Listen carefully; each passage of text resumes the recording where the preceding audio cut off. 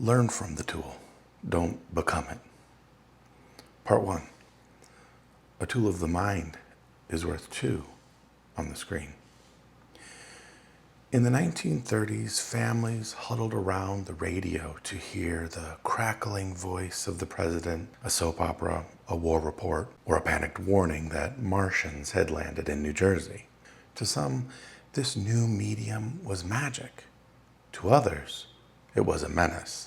Radio invades the sanctity of the home, warned one U.S. senator.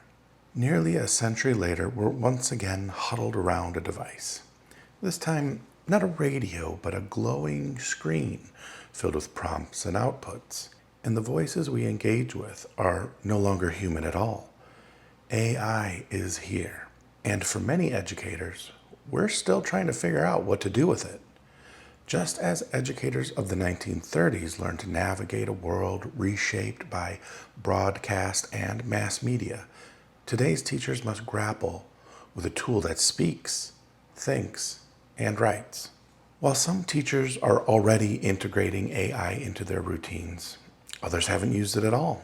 Right now, teachers' experience with AI ranges from, I never use it, to, I use it for everything. Wherever you are on that spectrum, I want to share some thoughts based on my own experience with AI, starting with how to think clearly about what AI is so that we can use it well. I'll begin with what I see as its current limitations and pitfalls. Then I'll share ideas for using AI the way it should be used, to learn, retain, remember, transfer, and achieve. The maker, the shaper, and the thinker. Teachers currently use AI in a variety of ways, from refining report card comments to drafting lesson plans. Regardless of the specifics, it seems to me that AI has 3 main roles for teachers: the maker, the shaper, and the thinker. AI can help us make things from scratch. You can draft an email, a lesson plan, an article, or even illustrations. With just a few prompts and guidelines, AI can quickly spit out something like what you've been looking for. Relying on AI to create products for us is quick and efficient, and it helps teachers out in a pinch. In addition to making things, AI also acts as a shaper. It can take any document or piece of writing you've already drafted and refine it. It can revise and edit. It can help your piece use proper grammar, and it can shape your writing with regard to tone, style, and structure. Need to trim down your long and wordy lesson plan? AI can do that. Need to soften the tone of your report card comment? AI can do that as well. A third main role AI takes is that of the thinker. You can have a conversation with AI, and it will think alongside you, offering ideas or seeming to empathize. Got a problem with a student you just can't seem to resolve? Talk to your AI. Struggling with a prickly parent or a tense colleague? Ask the AI. It might not always be right, but even when it's not, AI can help you name your options or eliminate the ones you don't approve of. The hammer and the map. In the end, however, AI is a tool. And I think that in order for us to understand how we should work AI in its roles as maker, shaper, and thinker, first I believe we should consider how we view and treat different tools. Some tools are like a hammer. We use it again and again, always drawing it from the toolbox when we need it. You never outgrow the hammer. There's never a moment when you say to yourself, I understand the concept of hammering now. I will use my fist to drive in nails from now on. No, instead, you use a hammer every time you require a nail to be driven into wood.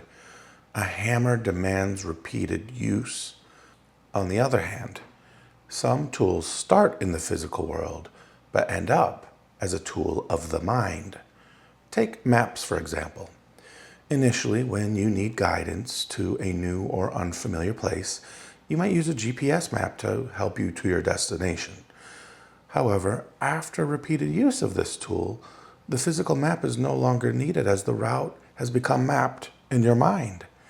The function of the tool, like a map, invites independence from its physical form. But sometimes we treat tools of the mind, like maps, as if they were hammers. I can't tell you how many times I've driven home from the grocery store with Google Maps open on the display of my car, with my wife in the passenger seat ribbing me. "You forgot how to get home, eh?" I know very well how to get home, and I don't need the GPS, yet I outsource this tool of the mind back into a physical tool I can see and touch. It's the same with AI. There's a risk of using it to do something for you that you should probably do yourself. There's a risk of trusting it when you know better. There's a risk of outsourcing your own capacity to think and remember and recall when just a few keystrokes can spit out lots of information at an incredible speed.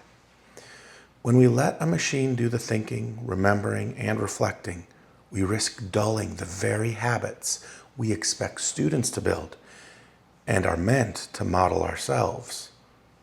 So what is AI? Is it the hammer or the map?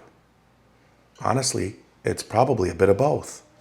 We need to discern when to call upon it, not depend on it to think for us.